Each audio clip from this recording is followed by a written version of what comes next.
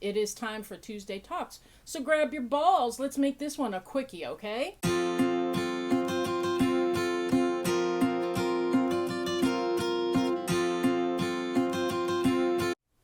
Hello, hello, hello. Welcome back to Twisted Stitches. My name is Tammie. How's everybody doing? Today is Tuesday,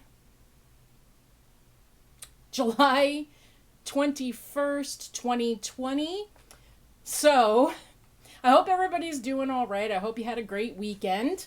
A couple little things that I wanted to touch on. Last week, we did different ways and different things that I had read on Google about how to remove odors from stinky yarn, what I was doing to try to remove odors from stinky yarn, and I thought I had a miracle when I pulled my yarn from the freezer, which was a great suggestion, and yes, at that moment it did work. My yarn smelled absolutely terrific, and I was super, super happy with it, but guess what?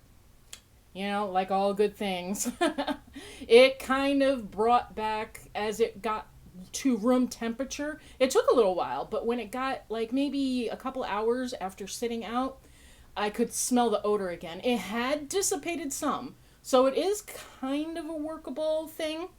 But I said I would update you on how the cake of yarn that I left in the Ziploc bag for the whole entire week with fresh baking soda in it. I had last week I emptied out the old baking soda. I added some fresh baking soda, about a quarter cup again, and then I sealed it up, left it on my work table, and I didn't touch it for this whole week. Now I didn't bring it in here with me because I'm tired of dealing with the baking soda. Sorry guys, I'm tired of the salty baking soda.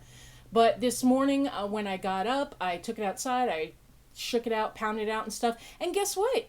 There was a noticeable difference in the odor removal. So yes, I do believe that possibly, if like maybe you do that for a week, maybe dump that baking soda and then put a little more fresh baking soda in and then reseal it for maybe another few days, you might actually get 99% or 98% of the odor out. So yay, it did. I would say that it was a success because I kept it at room temperature. I didn't freeze or anything like that.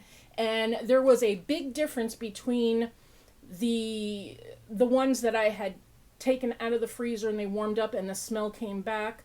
Even though they were less, there was a difference between the one that I kept sealed for the week. So yes, I do believe it actually is a workable method for if you don't want to do some of the other methods. Now, in my comments for last week's video, I'm just going to kind of go over a couple of them real quick for you, just in case you are a person who doesn't read the comments. First, I would like to thank the following people for your tips and advice.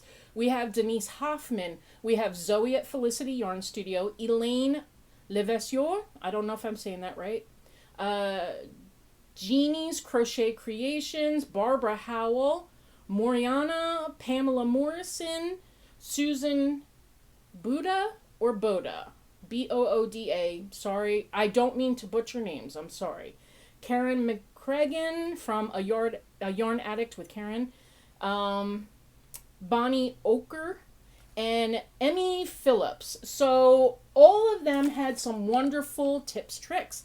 A couple of them were, which I never knew and I never thought about this, is like, say you have a cake of yarn and you don't want to, remember I didn't want to, blah, blah, blah. I didn't want to hank it and wash it, or I was having a problem hanking it because I don't have a Swift and it was tangling up on me, yada, yada. So somebody said, or a couple of people, and I'm sorry I don't remember everybody. I didn't write down everybody's. But anyway, you know who you are. You know who you are, guys. My wonderful friends that helped out.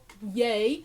So just in case you didn't know this, you could take a cake of yarn, put it in like a stocking so it will stay in the cake form, and give it a little wash. I would just probably do gentle, like stick it in.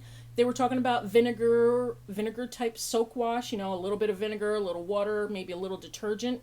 Let it soak a little bit and then give it a rinse and then set it out to dry, and it will remove the odors. Real that I mean, I've never thought about that. I would have done that had I known about that when I got the yarn a while ago, because I would have had time for it to dry and everything, but I am currently working with it for the Sis Love shawl. So another person had said you can put it in a container with newspaper all around it, and newspaper will absorb or remove some of the odors. And newspaper does remove odors, so that could work. Some had said, when they wash, say, their blankets. Now, this is probably better for, like, if you make a blanket and maybe it's like a washable, machine washable blanket, acrylic, that kind of thing, acrylic blend. She said she adds a half a cup of vinegar, white vinegar, and a scoop of baking soda in the washer, and not only does it remove odors, it makes it nice and soft. So there you go, natural softener without adding fabric softener. And then a couple people had said that they just put theirs in a bag with some dryer sheets, fabric softener sheets. So right now, the ones that I'm not using are sitting in a Winn-Dixie bag with a couple of dryer sheets just to help mask the odors. It's not as bad. I'm much happier. I just wanted to touch on that. And, oh, yeah, I didn't think about it. Winn-Dixie bag. Okay. Winn-Dixie is a store in the South, and I know they're like in Georgia and some other places. They're in Florida, and I don't know what it is, but since I've lived in Florida, any kind of grocery plastic sack that you have, whether it be from Walmart, Target, or anything, almost everybody in the South says, grab your Winn-Dixie bag. I don't know why. I cannot get that out of my head. So every time, like, I go, hey, can you get me a Winn-Dixie bag? I don't know why I do it. It's just been like that forever. So if you're from the South or you've been in the South for a while, you probably know what I'm talking about. It's just one of those things. So I wanted to thank those people. Thank you very much. So, another thing that I wanted to share with you guys, somebody may have some acquisitions to share with you on Friday on her regular podcast. I don't know who it is. I could not tell you who it would be. Anyway, this somebody said that her boyfriend, when he was coming over here to visit, stopped at Walmart and he found clearance yarn. Now, I have seen other people doing their, look what I got at Walmart. My Walmart, usually 9 times out of 10, every time everybody got these good deals at Walmart, mine usually doesn't have it, and I haven't been shopping myself just because of personal reasons, but he had to go to the store, so while he was there, he checked for me. Oh, I just kind of gave it away, didn't I? He checked for me, and there were some yarns on clearance, and I did have him scoop up a bunch of them, which I'll probably let you guys see on Friday. We won't get crazy with it, I'm sure everybody else has shown you the yarns, so we'll just say, but anyway, so, when this video's over, go get to your Walmart and maybe you'll find some clearance sales. I mean, pretty good sales anyway. Another thing I wanted to touch on today, and forgive me for not doing like the overhead. This was something, I hear so many people who, when, through group chats or just, chats in general on Facebook, yarn chats, fiber arts chats, people are like, oh, I love Karen's Simply Soft because I just absolutely love the way it feels and it's beautiful and it works up so nicely and the drape is nice, but I just can't stand the splitty yarns, or I have this yarn and it's so wonderful and I want to make something out of it, but the yarn splits, yada, yada, yada. And I was thinking about that, and I was thinking to myself, okay, yes, there are some yarns that are more prone to splitting than others. Of course, they're out there.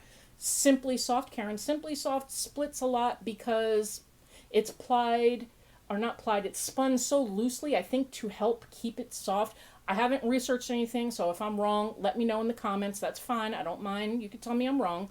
But what I can tell, sorry, it's hot in here. I'm just been Florida heat. Ugh. But what I can tell is that it's spun very loosely, and it just, it's just one of those things that if you catch it just right, it will split. Now, I work with a lot of these yarns. As a matter of fact, I just got done I recently finished a project that I worked with a yarn that a lot of people might have called it yarn from heck, yarn from Hades. It it split easily. It was very slick and slippery, and although it stated it was a 3-weight yarn, I believe it was closer to like a 2-weight, like the sport weight size. But I was thinking about that as I was working with this yarn, and I'm thinking, oh, people would give up the chance to work with this yarn because it's slick, it's hard to work with, it's splitty. Now, first, let me say this. Yarn is an inanimate object. So yarn in itself is not just sitting there going, go ahead, crochet, knit with me, I'm gonna split. Go ahead, I dare you, work with me, I'm gonna split on you. Okay, so we know that. So we know it's got to be some user error or I'll call it user error, okay? So please don't at me. I'm not trying to be mean, and I'm not saying I have the solution, but I'm going to try to explain something to you that may help you. Because I was thinking about that as I was working with that slick yarn that had the tendency to split. And I had maybe twice for my whole project that I actually split the yarn and I had to pull the stitch out and rework it. And so I don't think that's bad for a yarn that basically does that kind of thing. Now, the first time I ever worked with Caron Simply Soft, and look, I just happen to have a thing of Caron Simply Soft here, which, by the way, I don't know if you can tell, it is like gorgeous. This one is called Grape Purple Ombre, and I think this is the only skein I have, and I think I'm going to have to get some more and maybe make a blanket or something out of this for my granddaughter because it is gorgeous. Anyway, so I was thinking about it as I was working it up, and I'm like, oh, I wonder how many people give up the opportunity to have something made with this beautiful, gorgeous yarn because it's too splitty or too slick or something. Number one, say your yarn is a little too... First of all, when I hold my yarn, I just kind of drape it over my pinky and drape it over my finger. And if I need a little tightening, I just kind of bring my pinky in a little bit to give it a little bit of tension here and there when I need it. But for the most part, I just leave my pinky just kind of relaxed. And just the friction of it running through the fingers is usually a decent tension from me. But if I have a very slick yarn, I will literally wrap it around my pinky like that, and then go like that, and I will make it a little bit tighter. So when I'm working with it, now I don't usually do it with Caron Simply Soft, but when I'm working with it, it just gives me that little extra tension, so this doesn't end up like when you're trying to work with it. Have you ever had yarn and it's going like this, and you're trying to grab at it, and it's just getting all wonky because it's just slick or something? So just maybe wrap it one extra time around a finger or something like that and give it a little extra tension, and you'll be able to work with it a little easier. Now, sorry, I didn't mean to make that noise. For Caron Simply Soft and for split prone yarn, when I first started crocheting, I would put it in the hook and I would go like this, and then like say I was doing a half double. I would be like my stitch, see how small I have that stitch? I would be trying to pull it through like this. See, it's almost impossible. And then when I finally did get it through, many times I split my stitch. So here's just a little tip that may help you. This is the way I crochet like all the time now. Make your stitch just like you would. Give a little pull. Give yourself a little bit of room. You need some room. You need some room for that hook to be able to pull through those stitches. See? Just like that. Now I'm sorry, my fingers are sticky right now. So bring it up a little bit. Give it a little room to pull through nice and easy like that. So we're going to wrap our hook. Insert. give it a little pull. There, see how nice and easy that moves? Don't have such a death grip on your work. Do things, remember, this is supposed to be relaxing, enjoyable. It's not a race. I'm not here to try to impress you with my super speed crochet because I don't want to. I want to relax. I want to think about the person who's going to enjoy this project. I want to pray, if I'm making a prayer shawl, that the person getting the shawl or the blanket or whatever I'm working on will always feel the love every time they put that blanket or shawl on. It's not a race, guys. It's not who can get out the most, the fastest. If you're doing it for that reason, in my opinion, you're doing it for the wrong reasons. Try to relax. Try to enjoy what you're doing. Try to enjoy your stitch work. Remember, every stitch is just nice, relax. Just enjoy it. Just enjoy it. So hopefully maybe that'll help. Maybe you guys can start working a little bit on your tension, on the way you're holding your yarn, the way that you're just feeling at the moment when you're working. If you're really stressed or having a bad day, you're going to have a tighter grip on your work. If you're relaxed and you're enjoying yourself and you're just enjoying your work, then you are going to have a much easier time. And remember, just like I said, put your stitch in, pull up, give yourself a little room. You need some room under these stitches for this hook to pull through. If you don't give your work that room, then you are just fighting yourself. Hopefully this gives you a little bit of help. So if you guys have any tips or tricks that you would like to discuss, if there's anything that you want to talk about, leave it in the comment section. I read every single comment. I try to reply to every single comment. I appreciate every single one of you. You guys are a blessing to me, and I appreciate you guys very, very much.